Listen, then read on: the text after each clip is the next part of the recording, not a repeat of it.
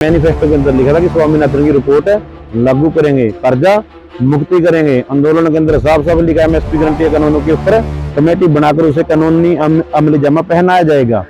लेकिन सरकार ने कोई भी कदम इस तरफ नहीं बढ़ाया। हमने लगातार हर 3 महीने के बाद डीसी के माध्यम से, सीएम के माध्यम से, गवर्नर के माध्यम से, प्रधानमंत्री के माध्यम से और राष्ट्रपति जी के ज्ञापन सौंप कर अपने वादा किया ने पूरा करो, लेकिन उन्होंने कोई भी काम नहीं की। दिल्ली जाने का चाव नहीं है। वो दूसरी तीसरी मीटिंग में पता लगा ये ड्रामेबाजी करने नहीं आए हैं, ये किसानों के प्रति जो उनकी डिमांडें हैं वो पूरी करवाने के लिए आए हैं। सरकार हमारी मांगे पूरी करे और नहीं तो हम अपना प्रदर्शन जारी रखेंगे। किसान मजदूर मोर्चा के शहीद भगत सिंह के अमरजीत सिंह मोड़ी सर, ये बताइए कि इस बार जो है वो बड़े किसान संगठन के जो लीडर वो नहीं अभी तक आए हैं, इसको सर आप लोग कैसे देखते हैं? सबसे पहला सवाल यही किया आंदोलन के बारे में। ये बताइए पहले पब्लिक कितनी आई है। आंदोलन बड़े होते हैं जहाँ पर लीडर बड़े नहीं होते हैं, और आज सब लीडर इस आंदोलन के साथ हैं, सबका समर्थन इस आंदोलन के साथ है। मैं बता देना चाहता हूँ आपको। नहीं, बार बार ये ऐसा कहा जा रहा है कि पंजाब का आंदोलन है सर, तो इसको जरा आप क्लेरिफाई, मुझे लगता है कि 250 संगठन है इस आंदोलन में, और हरियाणा पंजाब के केवल 35-40 संगठन हैं। बाकी 200 के आसपास के संगठन पूरे देश के हैं इस आंदोलन में। ठीक है, वहां पर बीजेपी की सरकारें हैं, उन्होंने तशद्दुद किया हुआ है। हरियाणा के अंदर जम्मू कश्मीर जैसे हालात बनाए हुए हैं बीजेपी ने। घर घर जाकर जो पदाधिकारी हैं, जो ट्रैक्टर लेकर आने वाले लोग हैं, उनके घर के बाहर सैकड़ों पुलिस वाले लगे हुए हैं। पूरे देश के अंदर ऐसे हालात बना दिए जैसे यहाँ पर कोई बाहर के लोग आ गए हों, उग्रवादी आ गए हों। बॉर्डरों के हालात ऐसे कर दिए जैसे किसी दूसरे देश का बॉर्डर हो। सर, जो यहाँ पर बॉर्डर यहाँ से सील किया गया है, जैसे बहुत कांटे भी लगाए गए थे, वो कीले लगाई थी, आंसू गैस छोड़े गए, बहुत सारे लोग घायल हुए हैं सर, इसको आप लोग कैसे देखते हैं? देखिए, हमने 13 तारीख को दिल्ली जाना था। पिछले आंदोलन के अंदर किए हुए हमारे वादे और जो सरकार ने अपने मैनिफेस्टो में किए हुए वादे हैं उन्हें पूछने के लिए सरकार को बार बार ज्ञापन आंदोलन कर सरकार ने, लेकिन सरकार नहीं जागी, तो उनके लिए दिल्ली जाना था। लेकिन इन्होंने 10 तारीख को यहाँ बैरिकेशन कर दी ताकि यहाँ के किसान दिल्ली ना जाएं। सरकार वादे करती है लेकिन जब उनसे सवाल पूछा जाता है उससे भागती है। इसलिए सरकार डरती है, वादे करना जानती है, पूरे करना नहीं जानती। लेकिन किसानों ने ठान रखी है कि जो हमारे साथ जो वादे हैं हमारे, कोई ऐसा नहीं हमने उनसे चांद मांग लिया है, उनसे कोई ऐसी चीज मांग लिया। ये वादे हैं विपक्ष में जब बीजेपी होती थी, ये वादे बीजेपी कहती थी सरकार को ये करो, और इन्होंने अपने मैनिफेस्टो के अंदर लिखा था कि स्वामीनाथन की रिपोर्ट है, लागू करेंगे, कर्जा मुक्ति करेंगे। आंदोलन के अंदर साफ साफ लिखा है एमएसपी गारंटी कानूनों के ऊपर कमेटी बनाकर उसे कानूनी अमली जामा पहनाया जाएगा। लेकिन सरकार ने कोई भी कदम इस तरफ नहीं बढ़ाया। जब लंबा समय हो गया 2 साल का, उसके बाद फिर किसानों ने फैसला लिया कि आंदोलन करना है। सर, 2 साल, लगभग 2 साल के आसपास का समय हो गया है। 30 नवंबर 2021 को प्रधानमंत्री मोदी ने कहा था कि मैं किसानों से कहूंगा कि हमारे अन्नदाता इनकी मांगों को माना जाता है, और फिर अभी आंदोलन हो रहा है। इन पूरे समय में आप लोगों ने क्या किया कि दोबारा यहाँ पर आने की नौबत आई है? हमने लगातार हर 3 महीने के बाद डीसी के माध्यम से, सीएम के माध्यम से, गवर्नर के माध्यम से, प्रधानमंत्री के माध्यम से और राष्ट्रपति जी के ज्ञापन सौंप कर हमने बार बार प्रदर्शन कर सरकार के संज्ञान में इन मुद्दों के ऊपर भी आपने वादा किया ने पूरा करो, लेकिन उन्होंने कोई भी काम नहीं किया, जिसकी वजह से आज किसानों के प्रति हमारी जवाबदेही बढ़ती है और किसानों ने प्रेशर बनाया किसान यूनियनों के ऊपर, अब नहीं तो कब। इसलिए आंदोलन सरकार के खिलाफ है, वे हमारी मांगें पूरी करो। हमारा कुछ ऐसा दिल नहीं कि हमें बैरिकेड तोड़ना है। हम यहाँ पर बैठे हैं, वार्ता 3 दौर की हो चुकी है, चौथी फिर है एतवार को। हमें कोई दिल्ली जाने का चाव नहीं है, हम बैठे हैं, वार्ता लाभ चल रही है। अब हमारे जो डिमांड है वो पूरी करते हैं, हमें क्या जरूरत है वहां पर जाने की? सर, बार बार आपने अपने खुद ही कहा 3 बार की हमारी वार्ता हो चुकी है मंत्री से। असहमतियों के कारण क्या है जरा ये?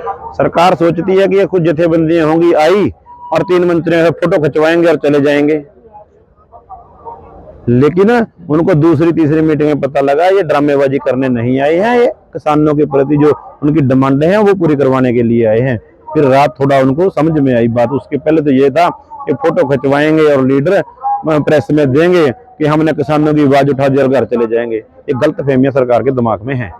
पेंशन की मांग भी आप लोग कर रहे हैं, पेंशन मिलनी चाहिए किसानों को, जबकि 2007 से ना पब्लिक सेक्टर में भी पेंशन बंद हो गई है। तो क्या सिर्फ किसानों के लिए पेंशन की मांग है या मजदूरों के लिए भी सर?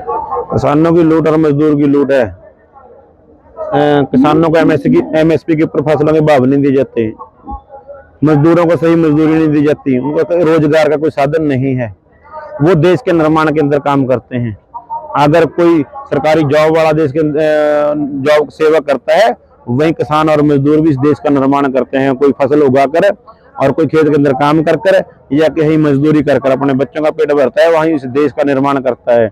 क्या उनको जहाँ एक सरकारी आदमी को पेंशन चाहिए, उस किसान और मजदूर को नहीं चाहिए? उसने इसके देश के निर्माण में अपना हिस्सा नहीं डाला, उसने कभी टैक्स नहीं दिया। हर रोज सुबह चाय से लेकर शाम तक हम चीनी के ऊपर टैक्स देते हैं। इतना अपने देश के निर्माण के हिस्सेदारी के मुताबिक उनको भी 10,000 रुपये महीना पेंशन मिलनी चाहिए।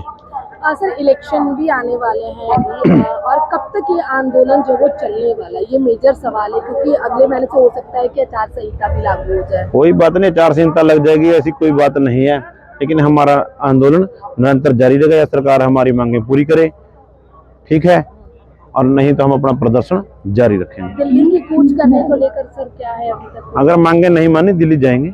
अच्छा, एमएसपी में जैसे गेहूं और चावल की यहाँ पर ज्यादातर, और देश के अलग अलग जगह जैसे साउथ की अलग डिमांड्स होंगी, तो क्या वो सारी मांगे भी इस बार इंक्लूड? कई फसलों के ऊपर एमएसपी सरकार देती है, लेकिन हमारी डिमांड है सभी फसलों के ऊपर, मसालों के ऊपर, मांस के ऊपर, मच्छी के ऊपर, पोल्ट्री के ऊपर, दूध के ऊपर, सभी चीजों का रेट C2+ के मुताबिक किसानों को मिलना चाहिए।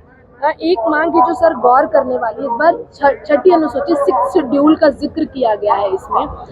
क्या जरूरत पड़ी, मतलब जैसे कि जब से किसान आंदोलन हो रहा, किसान आंदोलन को देखा जाए तो हमेशा से नॉर्थ को लेकर, यहाँ आसपास में कहीं पर भी आदिवासी एरिया में, तो इसको इंक्लूड करने का कोई खास वजह सर? मैंने आपको पहले बोला अकेले पंजाब का आंदोलन नहीं है। 21-22 करोड़ की आबादी है आदिवासियों की, उनसे जल जंगल जमीन छीनना जा रहा है, जबकि 5वीं सूची जारी हुई है, उनके हक के कानून है, लेकिन सरकार लागू नहीं करती है। उनके ऊपर उनके जो हक के कानून बने हुए हैं, उनसे बाहर जाकर उनके साथ धक्काशाही करते, उनके जल जंगल जमीन को छीनना चाहती है।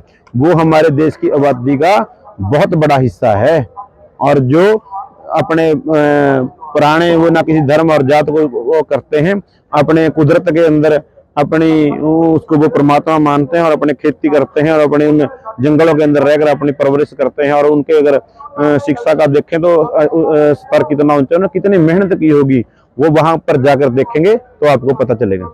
चुनाव को लेकर एक और भी सवाल है कि जैसे पिछली बार यूपी इलेक्शन से पहले ही खत्म कर दिया गया था किसान आंदोलन, और कईयों की राजनीतिक महत्वाकांक्षा भी देखी थी। क्या इस बार भी 24 के चुनाव में ऐसा देखने को मिलेगा कि किसान आंदोलन से कुछ लोग जो राजनीतिक तौर पे आगे आ रहे हैं या राजनीति में जाना चाह रहे हैं? हमारे 2 मोर्चों का आंदोलन है, संयुक्त किसान मोर्चा नॉन पॉलिटिकल और किसान मजदूर मोर्चा KMM का। इसमें से कोई राजनीतिक पार्टी नहीं निकलेगी, ये भी वादा है। इनमें से कोई भी लीडर पॉलिटिकल को कोई भी बेनिफिट नहीं लेगा, ये भी इन लोगों के साथ पहले ही वादा किया हुआ है। इस तरह का कोई भी सिस्टम इसमें से नहीं निकलेगा, ये हम आपके साथ वादा करते हैं, और कोई भी अगर ऐसी समस्या है तो हम जवाबदेह होंगे। आखिरी सवाल है मेरा आपसे कि ये जो इंटरनेट बंद किया गया, पेजेस बंद कर दिए गए, और बोला गया था आप लोगों से कि ये चालू हो जाएंगे या शुरू कर दिया जाएगा, क्या अब तक इसका कोई समाधान निकल पाया है? कोई चालू नहीं हुआ, कोई भी किसी तरह की, सभी नेट बंद कर दिए। पंजाब के भी 3 जिलों में बंद कर दिया, हरियाणा में बंद कर रखे हैं। सरकार डरी हुई है, कोई भी यहाँ पर मैं धक्काशाही करूँ, कोई मैं यहाँ पर जबरदस्ती करूँ, किसी को कोई बात का ना पता लगे। लेकिन फिर भी आप जैसे साथी बहुत यहाँ पर टीवी चैनल यहाँ पर आकर हमारी बात को दुनिया तक लेकर जा रहे हैं। और हमारा आंदोलन का मतलब क्या होता है? अगर ब्लॉक स्तर पर किया SDM को पता होना चाहिए, और अगर जिला स्तर पर किया DC को पता होना चाहिए, और स्टेट का आंदोलन हो CM को पता होना चाहिए, और अगर देश का आंदोलन हो तो प्रधानमंत्री राष्ट्रपति को पता होना चाहिए।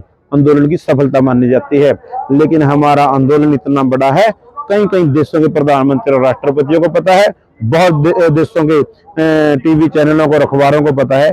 हमारा आंदोलन इतना मजबूत और इतना बड़ा और इतना सफल है।